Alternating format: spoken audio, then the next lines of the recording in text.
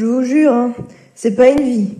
Pour une fois qu'il fait beau dehors et que le patron a décidé de faire la grasse mat, Gontran, lui, a décidé de se lever tôt pour aller tailler les rosiers. Aussitôt que je mettrai un pied dehors, ça va lui reprendre. Il va pas me lâcher les basques avant que je ne rentre à nouveau et que je disparaisse de sa vue. Quoiqu'il me trouvera toujours un service idiot à lui rendre. Parlez du loup, tiens. Le voilà qui tape au carreau pour me demander de nettoyer son sécateur pour la 3e fois, je parie. Et dis-moi ma petite, tu mastiquerais un peu mon sécateur? Tiens, je l'aurais parié. Il m'a pas l'air très sale pourtant, ton sécateur. Sécateur du déjeuner, j'aime bien que mes outils soient propres. Il est même pas midi. D'ailleurs, j'ai l'impression que les roses ont pas trop souffert ce matin. Par contre, la cave du patron a dû en prendre un coup. Qu'est-ce qui te fait dire ça? Mon petit doigt. Ton petit doigt. Ou mes narines, comme tu préfères. T'as tout faux, ma petite. Le rosier a pris un sacré coup. Ah oui. Ah oui, le rosier, le rouge, et même un peu de blanc. Je te conseille de te remettre au boulot avant que le patron ne débarque. Et arrête de laisser traîner les bouchons dans l'allée si tu veux continuer à me raconter tes calembours moisis à longueur de journée. T'inquiète donc pas. Je finis d'effeuiller les roses et j'en reviens fleurer la tienne.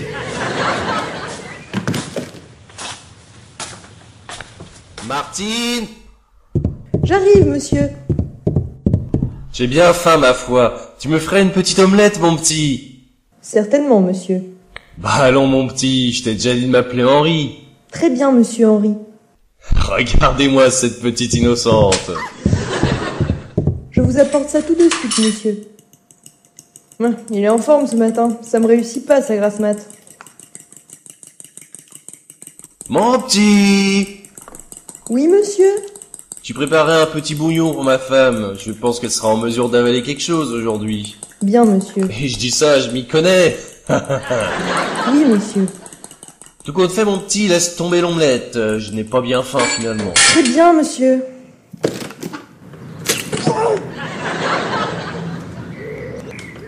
Ma femme avait l'air de se remettre de ses fièvres, tu sais, mon petit. Très bonne nouvelle, monsieur. En revanche, c'est moi qui vais l'attraper, la fièvre, tout seul avec toi, mon petit. Merci, monsieur. Je vais aller dire à Gontran de venir me réparer la baignoire du haut, ma petite caille. Tout de suite, monsieur. Cette Martine a coquiné avec ce rustre de Gontran. Je suis sûre qu'elle offre ses faveurs à monsieur mon beau-frère pour payer ses rubans de satin. Bonjour, beau-frère. Voyons, Solange, je m'appelle Pouliche. Appelle-moi donc Henri. Je te connais depuis si longtemps. Aujourd'hui, tu as 20 ans, tu es belle comme le jour, ça oui. Quand j'ai épousé sa sœur, sa petite tête blonde, elle m'arrivait tout juste à la ceinture. Comment va mon épouse aujourd'hui? J'ai dû veiller ma pauvre Octavie toute la nuit. Elle a dégobillé tout le velouté d'asperges d'hier. Le velouté d'asperges, oui. C'est Octavie qui a vomi dans l'évier? Comment est-elle descendue avec sa jambe gangrénée? Non, c'est la soubrette, même si cette mégère de femme en fait voir de toutes les couleurs. Assez parlé, j'ai des affaires à régler avec Martine.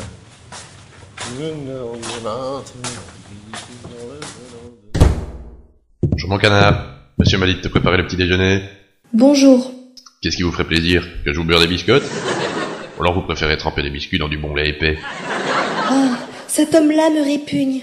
Peut-être bien de la baguette bien ferme, avec de la crème de marron.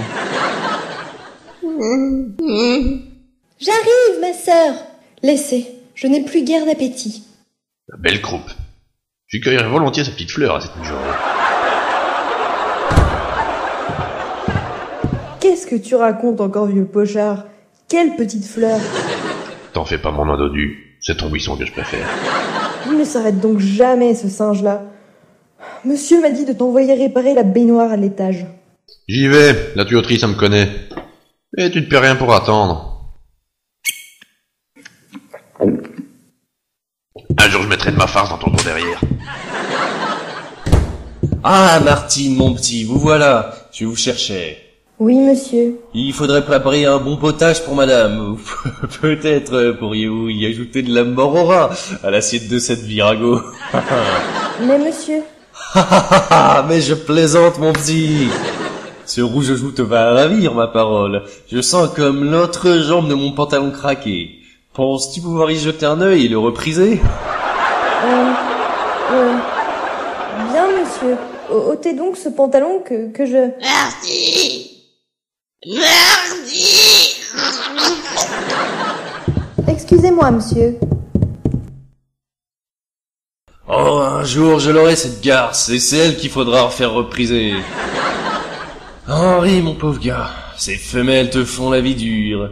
Ou plutôt ta vie, cette vieille pie ridée et acariâtre, ce vieux tas glaireux pourrissant qui se répand en vomissures. Martine, c'est autre chose qu'elle rend dure.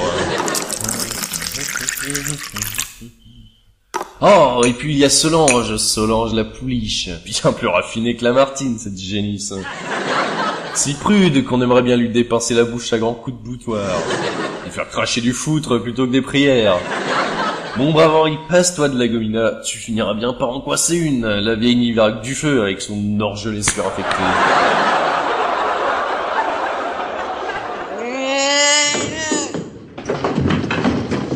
Tiens, voilà la vioque. Mais enfin chérie, pourquoi vous promenez-vous entièrement nu dans les corridors? J'ai chaud. Ma poitrine est lourde, faites quelque chose. Ah, la vieille bourrique hystérique. Mamie, prenez donc un peu de mon whisky. J'ai chaud. Henri. Martine! Solange? Où sont-elles passées ces garces? Toujours dans vos pattes, sauf quand vous avez besoin d'elles. J'ai mal. Ils sont 7 dans ma tête. Qui donc, ma grosse? Les chevaliers de l'Apocalypse avec leurs glaives des reptiles. Macaille, ressaisissez-vous, vous crachez du sang. On la reconnaît bien là, cette vieille frigide fripée. En l'air, assassin, meurtrier, justice, justicier, je suis perdu, je suis assassiné. Alors Agrippine lui dit, frappe le ventre, bête préférée. La vieille bigote nous ressort son latin, mais c'est pas ma pine qu'elle agripperait. Fortunatis senex et grotuarum anebunt, et tibimania satis cum vis lapis nudus obducat omnis. La mort pour ceux qui ne trembleront pas. Suffit maintenant. Vous êtes en âge et vous donnez encore bien du ménage à la brave Martine qui... Morue. Chaussez donc vos pantoufles, vieux crapaud. Et allons faire un tour dehors, l'air glacé de janvier vous fera du bien. Vous appuyez pas trop sur votre gangrène. Diantre, la carte de putrine de sa cuisse me donne envie de dégueuler. Peut-être trouverons-nous Martine pour nettoyer ses vomissures sur vos nibards. Tiens, n'est-ce pas elle que je distingue là-bas au loin derrière les peupliers?